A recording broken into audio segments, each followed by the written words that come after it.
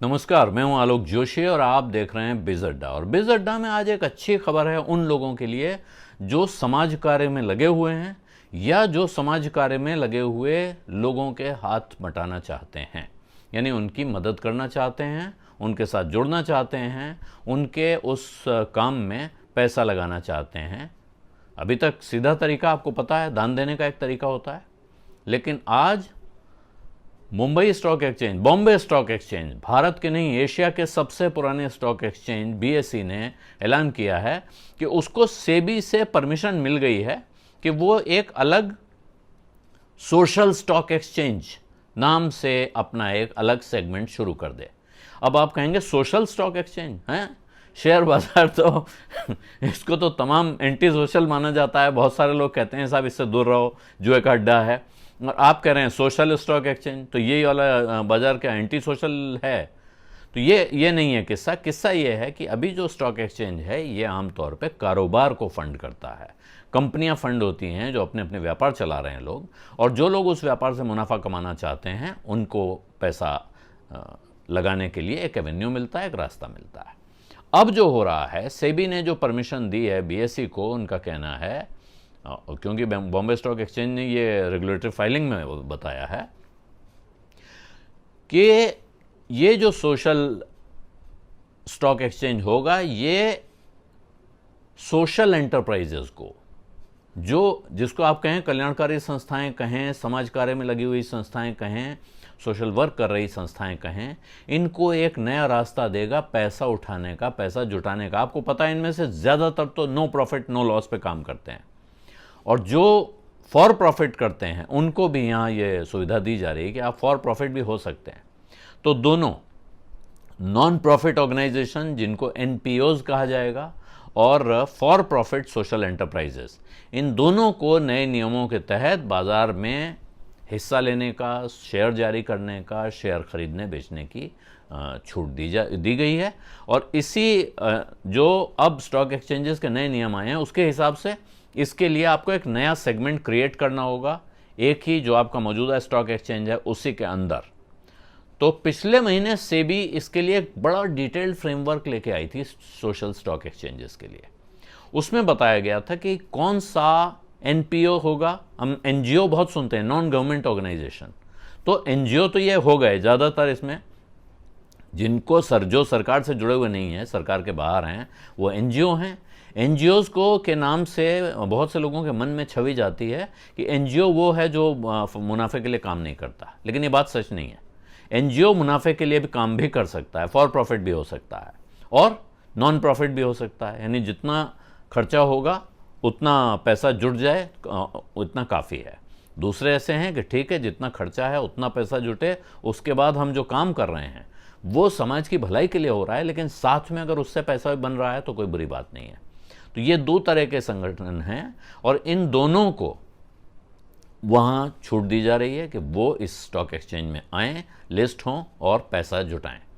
यहाँ जो सेबी का सर्कुलर था उसमें रेगुलेटर ने बताया था कि क्या क्या शर्तें होंगी, किन शर्तों को पूरे करने वाले एनपीओ को ये सोशल स्टॉक एक्सचेंज में रजिस्ट्रेशन की छूट मिलेगी, उनको क्या क्या चीज़ें बतानी होंगी, कितना डिस्क्लोजर करना होगा अपने कारोबार के बारे में, अपने काम के बारे में और अपने खातों के बारे में, जिसके बाद उनको ये इजाज़त मिलेगी कि वो इस एक्सचेंज में रजिस्टर हो पाएँ।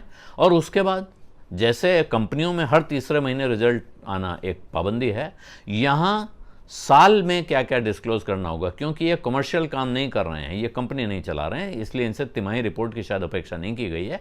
लेकिन हर साल उनको क्या क्या चीज़ें एक्सचेंज के सामने रखनी होंगी ताकि वो सबके सामने आ सकें, ये नियम उसमें बताए गए थे। और सेबी ने कहा कि जो एनपीओ होगा, जो नॉन प्रॉफिट ऑर्गेनाइजेशन है, इसमें जो स्टॉक एक्सचेंज में रजिस्टर होगा, उसके लिए ज़रूरी है कि वो एक चैरिटेबल ट्रस्ट के तौर पर रजिस्टर्ड हो।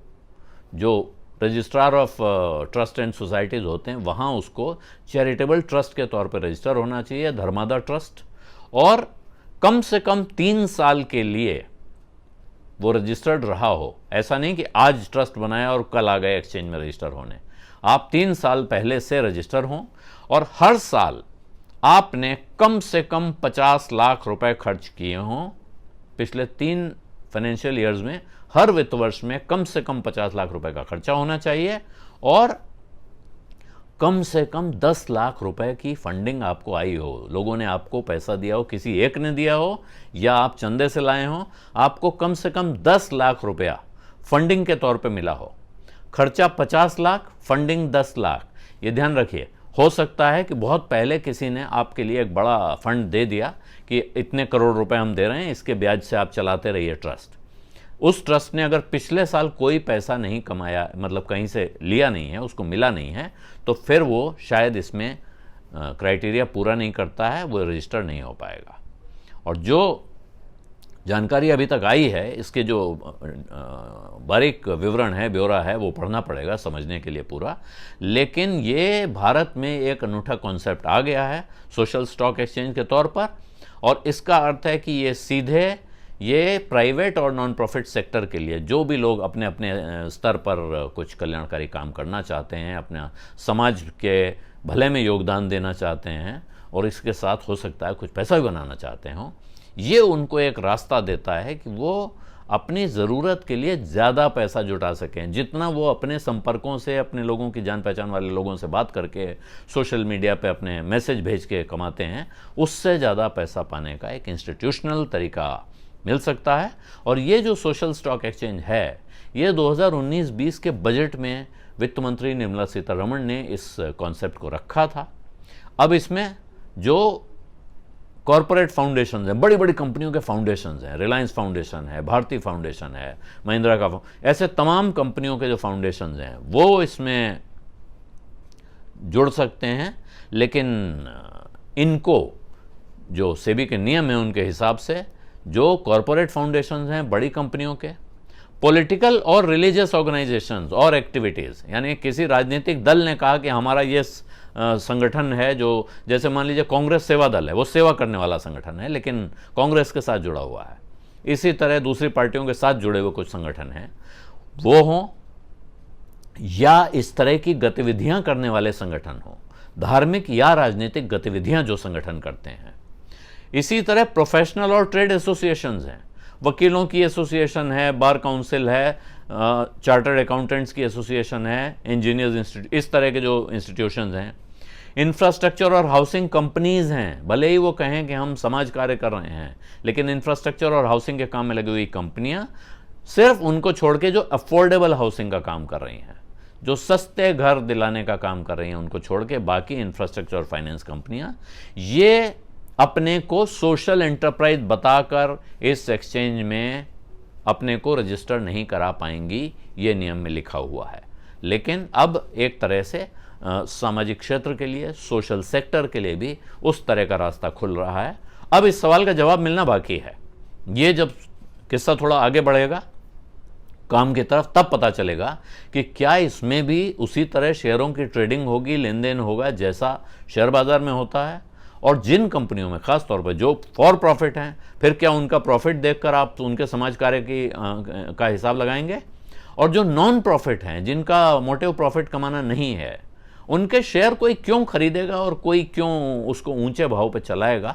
इन प्रश्नों के उत्तर मिलने बाकी हैं। ये उत्तर मुझे लगता है जैसे जैसे प्रोसेस आगे बढ़ेगा, अनफोल्ड होगा, इन सवालों के जवाब भी मिलेंगे। लेकिन एक नया काम शुरू हो गया है, बॉम्बे स्टॉक एक्सचेंज से शुरू हो रहा है। क्या आगे एनएसई भी यही करेगा पता नहीं, लेकिन जवाब जल्दी मिल जाएगा। बिज़ अड्डा में आज इतना ही। अब इजाज़त दीजिए। धन्यवाद, नमस्कार।